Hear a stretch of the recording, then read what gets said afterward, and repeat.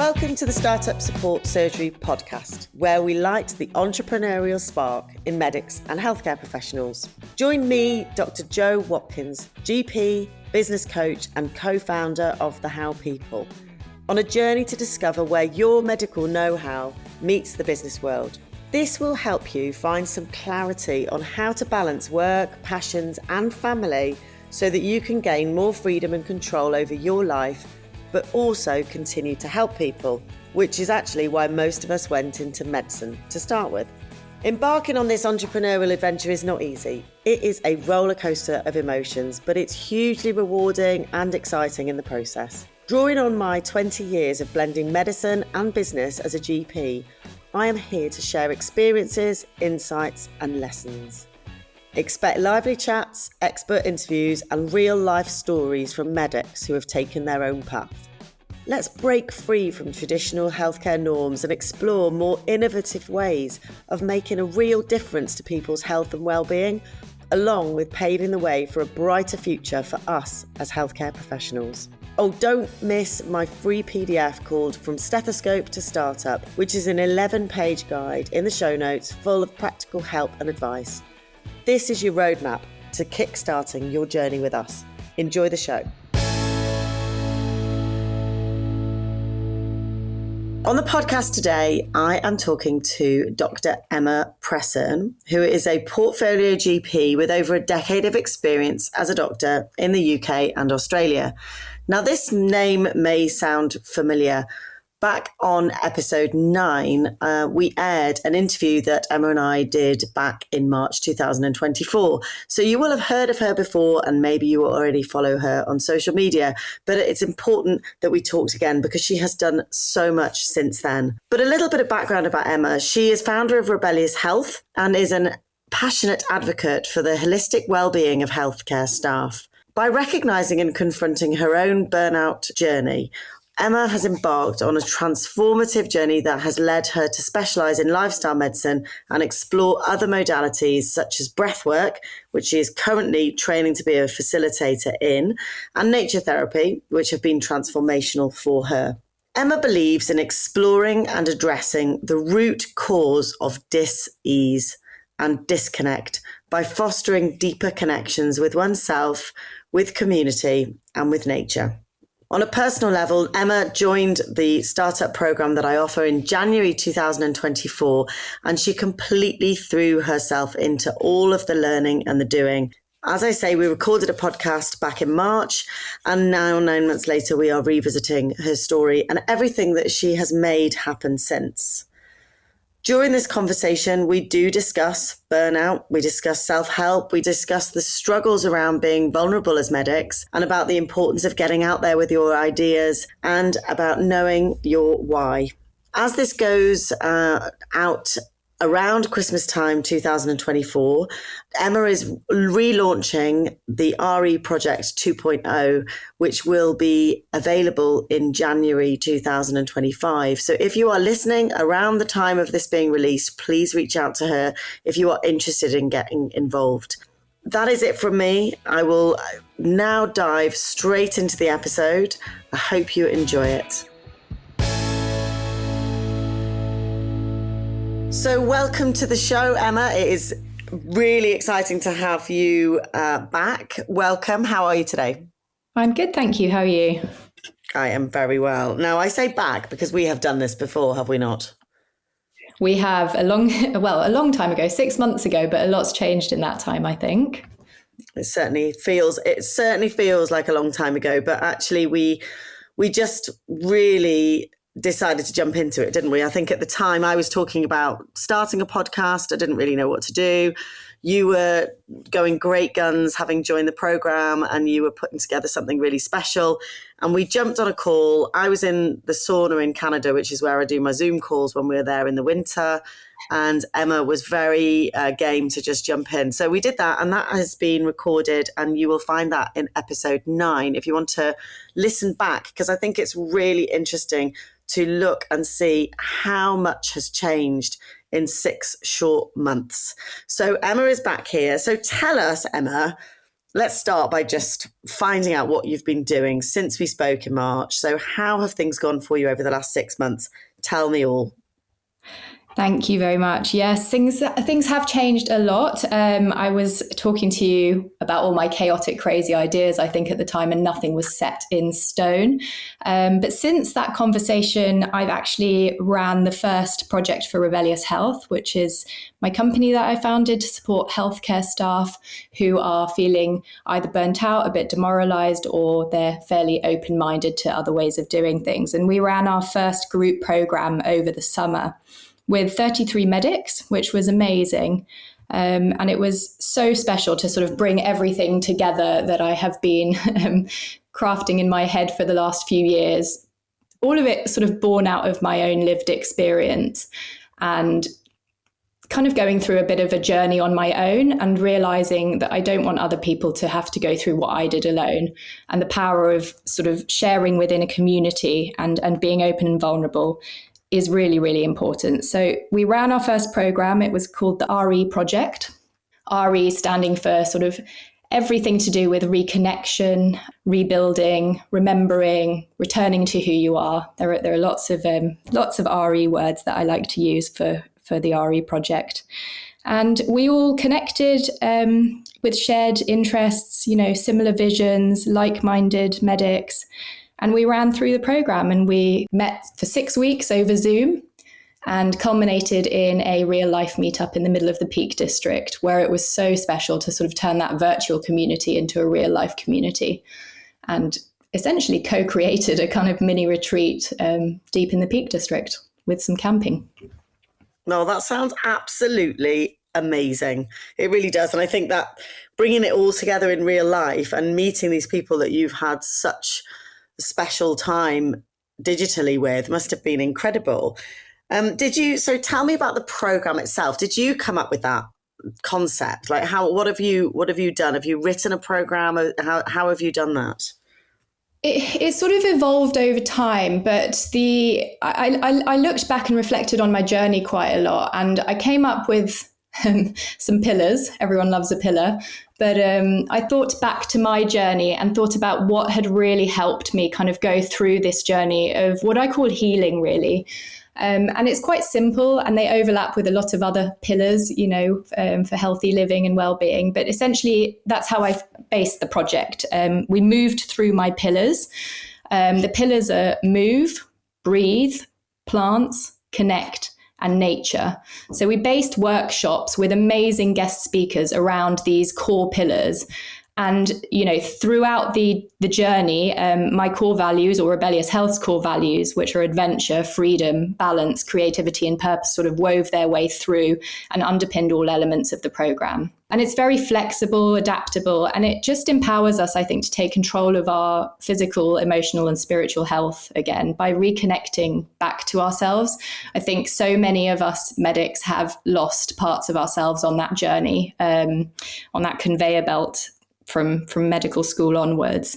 And so it's a journey of reconnection, first to self and then to others, and then to nature in a deeper way. So that was the format we used for the program. And we had amazing guest speakers, most of whom were medics, some of whom were just patients who have gone through our sort of healthcare system, but realized alongside that the holistic healing part of treatment is just as important and even more so. But we had medics who were yoga teachers, medics who were breathwork practitioners, medics who were psychedelic therapy facilitators, all coming in to tell their stories and tell us about what they do as well.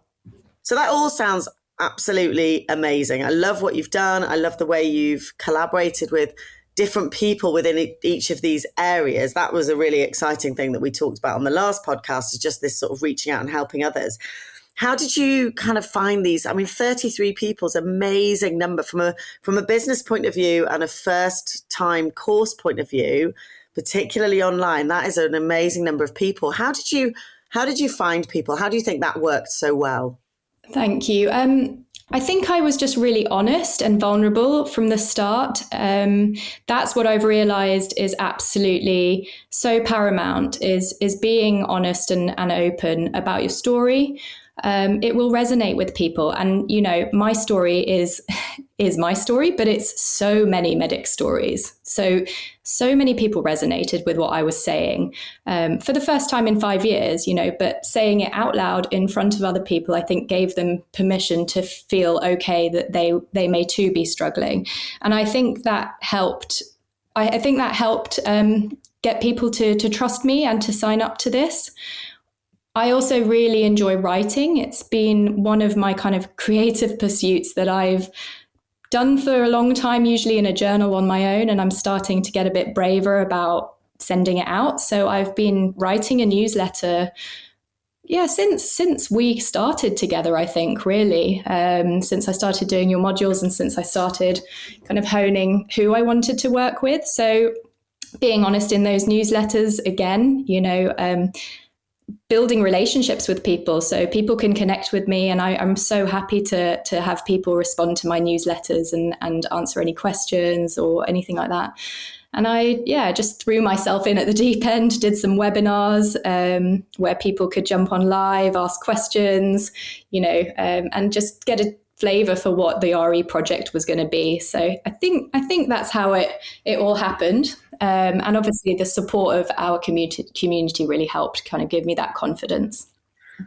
I think you also displayed, you know, I think you've touched on lots of things there: honesty, openness. You know, that the first thing you said about having lots of crazy ideas, I think instead of keeping those crazy ideas bottled up inside, you took those into a forum where you could share, discuss, and you talk about co-creating the retreat. But, you know, you kind of co-created the whole thing because you were listening to what people needed.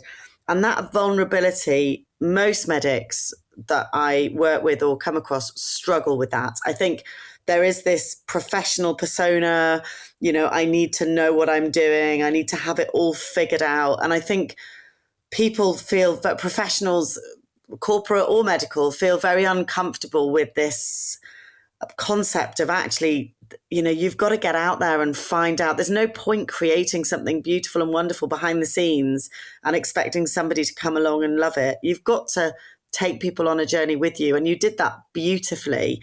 And is that something you kind of, you know, you had to work at, or did that come quite sort of naturally to you? No, that was probably my biggest get out of your comfort zone thing, because as you said, as medics or as professionals, we put on a mask so much. So my entire medical career, you know, until last year, really, I hid all of this struggle. I hid it because I didn't want to feel like a failure. I had never struggled at medical school or, you know, doing exams. So suddenly being faced with that struggle personally was really hard, and I didn't really want anyone to see that. So it took a long time for me to realize actually the kind of courageousness of being vulnerable is so important. And, you know, Brené Brown talks about it a lot. A lot of people talk about it, but it was only last year that I felt comfortable finally to speak my story out loud and realize that was hugely part of the journey for me in terms of connecting with other people. I had done a lot of the work on myself, with myself, by myself. And that was the missing thing, I think, for me, was connection with other people. And that was why I decided to be vulnerable and open. You know, other people inspired me before I did it. And I realized how important it was for people to share their stories. And you now obviously share this with your community. You mentioned your newsletter. You're on Substack, I think that's right, for newsletter, if people want to follow you. And you actually did a presentation recently at a retreat that I organised with the Welsh Lifestyle Medicine Network over in St David's. How did it feel telling that story out loud to a room full of people that you didn't know, not people that weren't on your programme? Yeah, that was the first time I did it live, so not over a screen. And it actually was really special to be doing that in a room full of people. It wasn't easy because the subject matter, I think, is quite hard, and a lot of us I think maybe resonate with those difficult feelings, of being a doctor back in the day, some of the traumas we faced in our profession.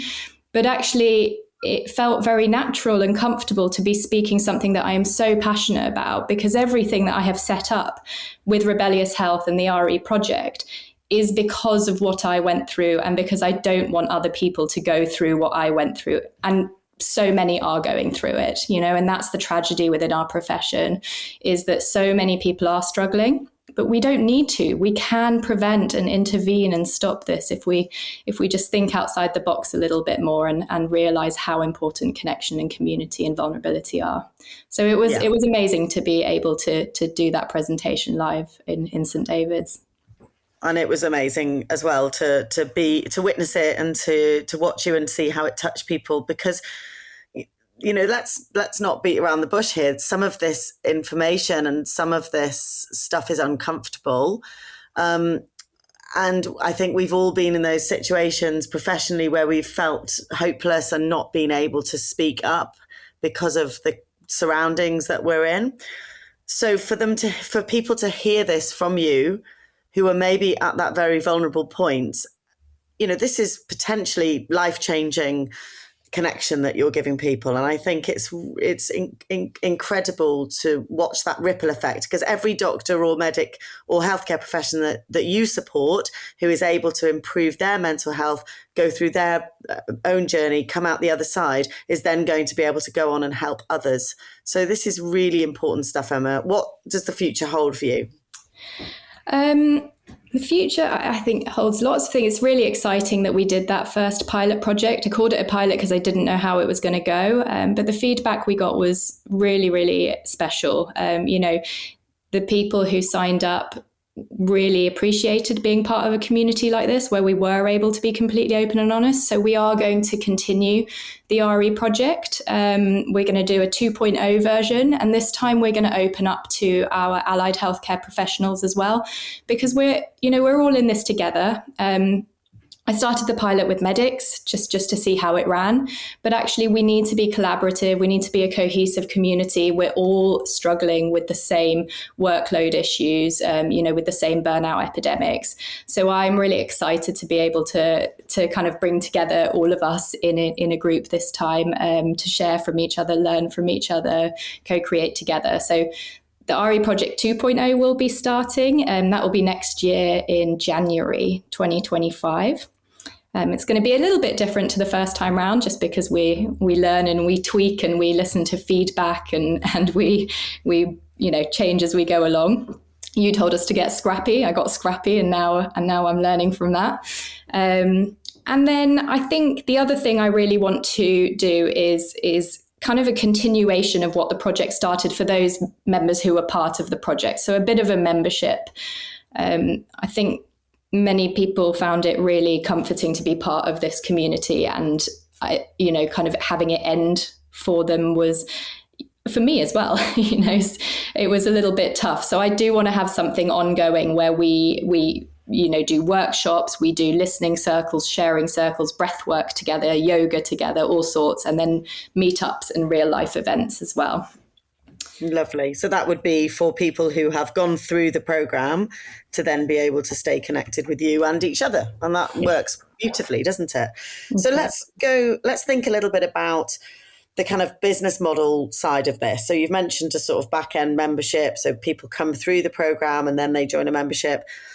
33 people, there's a lot of people to manage, a lot of WhatsApp groups and phones and people that, you do develop a relationship with each one of those people when you've got that sort of number. It's around the same as I have with my program. And it's a nice number because you personally know people's names and stories and businesses or situations in your case. Were there any downsides of that? Were there any difficulties, struggles? Did you find it hard in any way? I mean, I loved it. It was so rewarding. It's something that gave me so much purpose, but it's completely new to me, isn't it? Most medics who are starting something on their own, you're kind of throwing yourself in at the deep end and figuring things out as you go along. So it was tough in a way that it was completely different. So I was trying to do this whilst digital nomading for a bit, which was tough, kind of trying to find Wi-Fi to make sure everything ran smoothly. Running a community or being part of a community is amazing. As you said, you form such relationships with people who are there, but it's in itself a bit of a job to keep up with the WhatsApp feeds and making sure that people aren't feeling left out or anything like that, or that it's too much for some people. So just kind of navigating that group management stuff was a bit of a learning curve for me.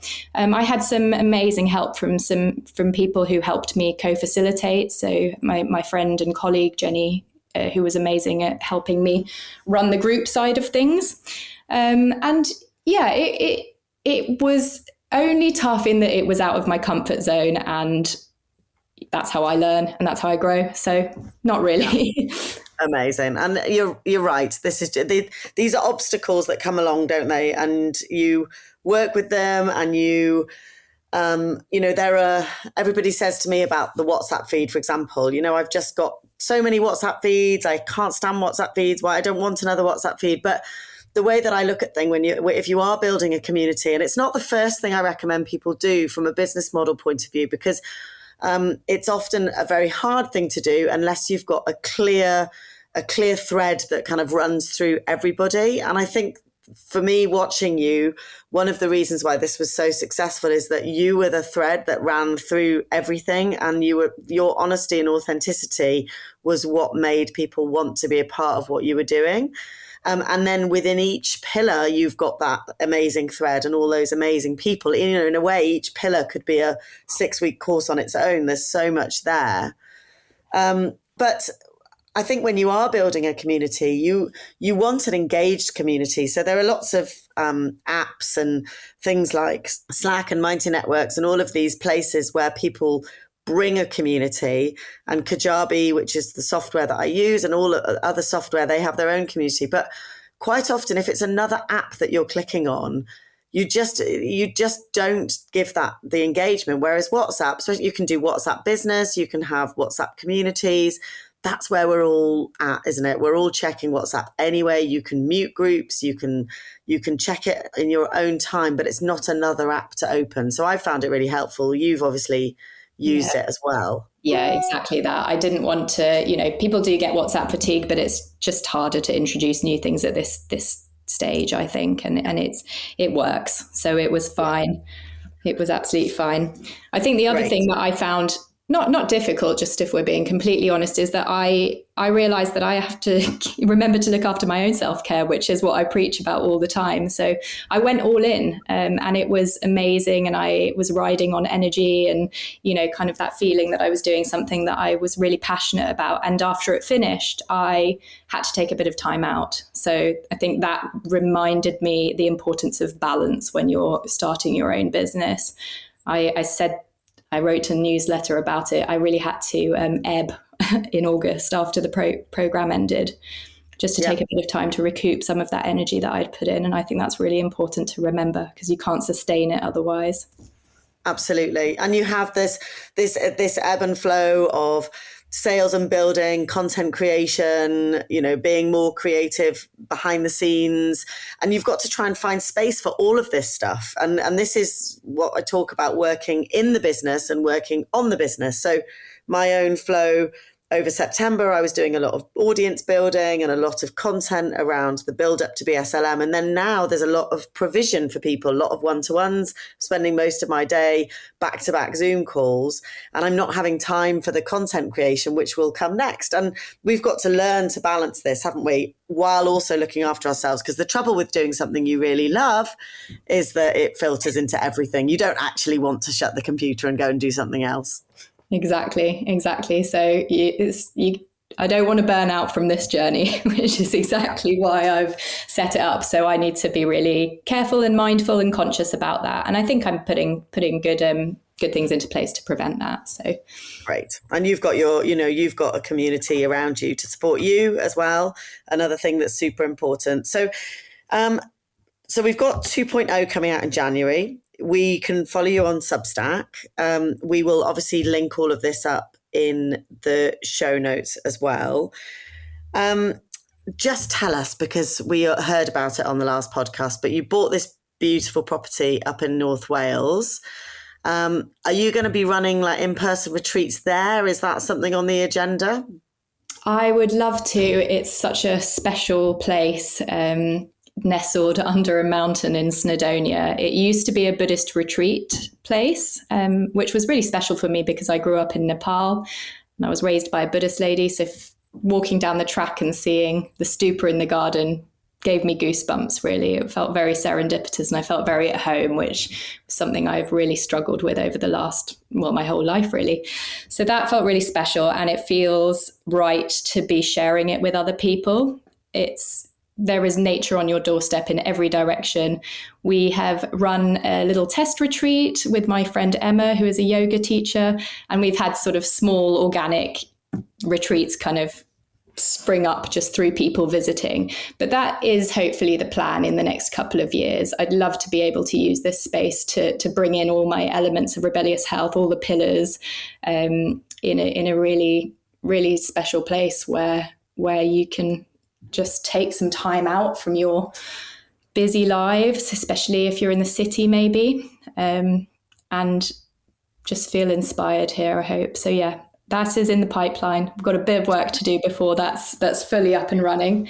But we will watch this space. Fantastic. Well, it's just it's always a pleasure to talk to you, and I think you have got so much rich experience now to share with other people. And listening to this podcast, there are all sorts of medics and healthcare professionals who are, unsure of maybe their next steps. Maybe they've done diplomas or training in something else. Maybe, a lot of time people want an adjunct, something to run alongside their medical career to kind of re-energize. And, I think people are thinking, gosh, I'm not sure I can do this for the next 20 years. What else can I do? So there's entrepreneurship, there's working for other people, there's, retraining in something. But mainly within this podcast, I talk about business and entrepreneurship. And I would just love for you to share, a couple of bits of advice to anybody that's sitting there, maybe where you were this time last year, advice to your early entrepreneurial self.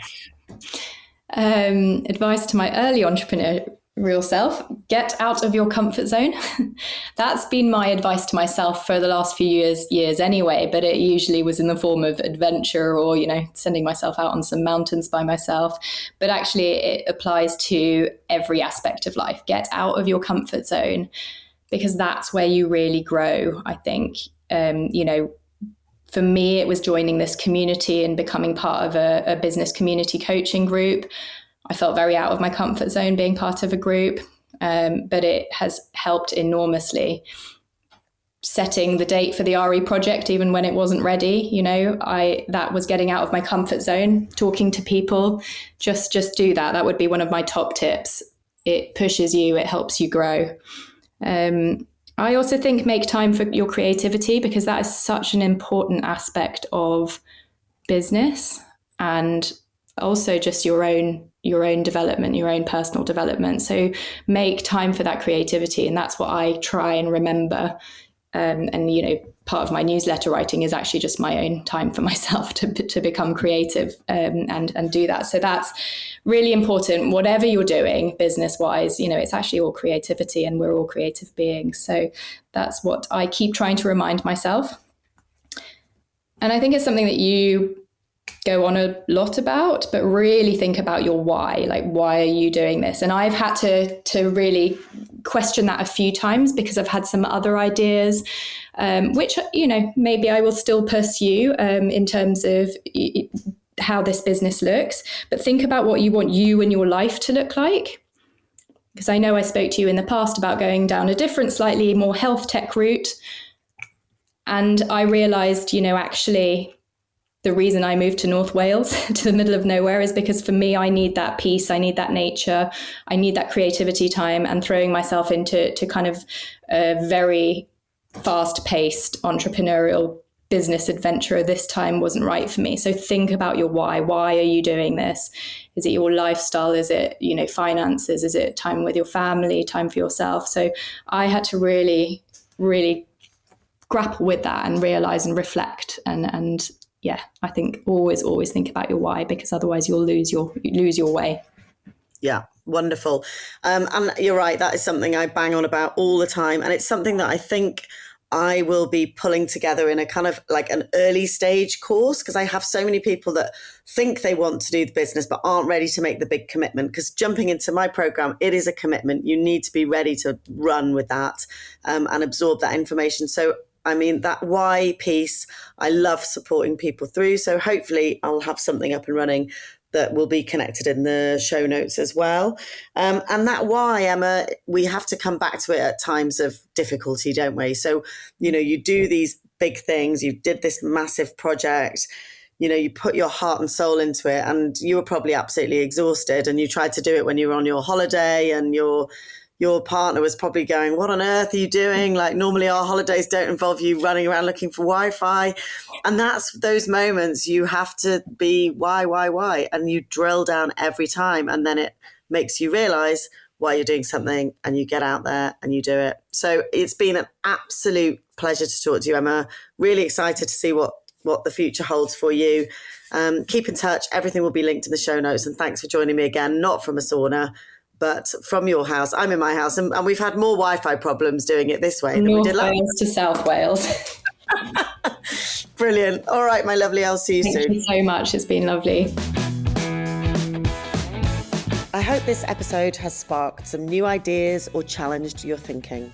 Transitioning from medicine to business is not easy. It's about adapting our skills while embracing the unknowns of entrepreneurship. It can be nerve-wracking, but remember, you are not alone on this journey. Please feel free to reach out to me via direct message on LinkedIn or Instagram, or just shoot me an email at joe@bendylegs.com for support. And don't forget to grab the free PDF from the show notes, From Stethoscope to Startup, which is your go-to guide and resource for diving into entrepreneurship. Many thanks for tuning in. I will see you next time. Thanks for spending your precious time with me.